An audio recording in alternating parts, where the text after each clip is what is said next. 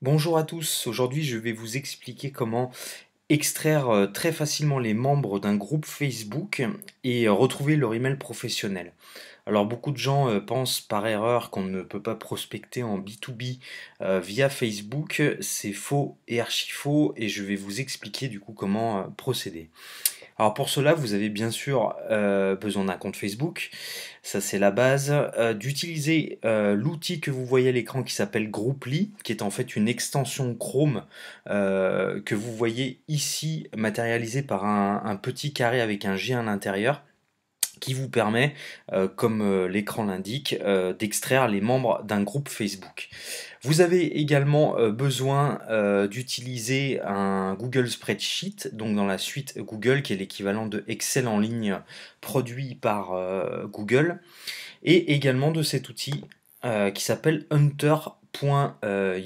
Donc il vous faudra créer un compte et qui est très connu en gros hacking pour notamment trouver des emails professionnels depuis des noms de domaine, vérifier également la délivrabilité des emails, bref, un outil assez sympa. Donc une fois que vous avez téléchargé Grouply et puis créé un compte sur Hunter, il ne vous reste plus que du coup à identifier, à faire un peu de prospection sur Facebook.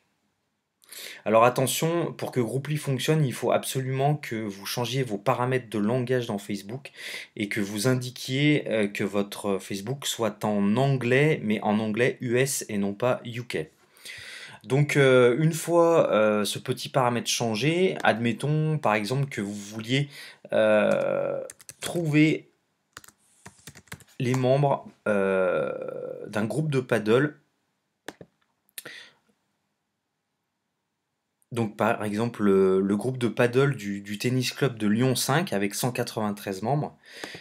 Donc il vous suffit de vous rendre sur le groupe, sur les membres, et donc là vous voyez il y a 193 membres, d'ensuite ouvrir Grouply via son extension Chrome. Vous cliquez sur Start Extracting et là vous allez voir que du coup l'extension crawl toutes les pages. Il a trouvé du coup 192 membres avec 62 membres aux infos complètes, c'est-à-dire qui ont les noms des compagnies. Vous voyez comment c'est affiché à l'écran avec du coup le nom, prénom, le poste occupé, le nom de la boîte et l'URL de son profil Facebook. Donc il ne vous reste plus qu'à télécharger ce fichier au format CSV pour ensuite l'ouvrir sous Excel.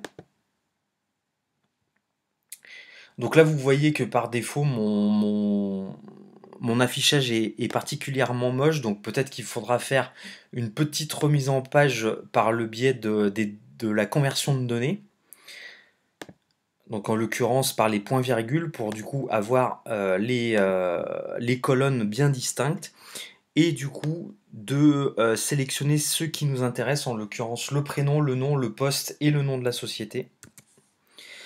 De le copier et ensuite de l'ajouter au fameux Google Spreadsheet. Donc vous voyez, je lui ai déjà donné le nom du groupe. Et ensuite, là où c'est intéressant, c'est du coup trouver les emails professionnels. Donc en fait, ça se passe par le biais d'Hunter qui a la chance d'avoir un module complémentaire sur ce Google Spreadsheet. Donc par le biais du menu module complémentaire, si vous ne l'avez pas installé, il faudra bien sûr le télécharger. Donc moi, vous voyez, j'ai créé mon compte et je l'ai paramétré, donc il ne me suffit plus qu'à l'ouvrir. Donc alors, si toutefois vous n'avez pas fait le paramétrage, il vous faudra obtenir la clé API, donc que vous retrouvez dans votre compte, et de l'intégrer ensuite à ce module complémentaire pour que Hunter puisse fonctionner et interagir avec votre Google Spreadsheet. Donc une fois ce petit travail de paramétrage, rassurez-vous, c'est pas très compliqué, tout se passe via Hunter. Vous aurez la possibilité du coup de trouver, alors je vais me mettre en colonne E, l'email des gens en fonction des critères que vous attribuez aux colonnes. Donc là vous voyez par exemple que le prénom first name est en colonne A, que le nom est en colonne B, je n'ai pas le nom de domaine, donc je pense bien à l'enlever. Et vous voyez que dans mon spreadsheet, la société est en colonne D. Donc tout est censé fonctionner comme il faut. Bien sûr, laissez la case cochée, puisque bien sûr j'ai un intitulé en top de mon Google Spreadsheet. Et vous n'avez plus à cliquer sur Find Email Addresses. Et là, vous allez voir, comme par magie, Hunter travaille pour vous. Alors les résultats ne sont pas toujours optimum, c'est-à-dire qu'il ne vous trouve pas non plus 100% des emails, mais ça vous donne déjà une petite base sur laquelle travailler. Et en fait, la chose qui est intéressante, c'est qu'il vous le donne aussi ce qu'ils appellent le Reliability Score, et en fait, en gros, qui est un petit peu un indice de délivrabilité de l'email.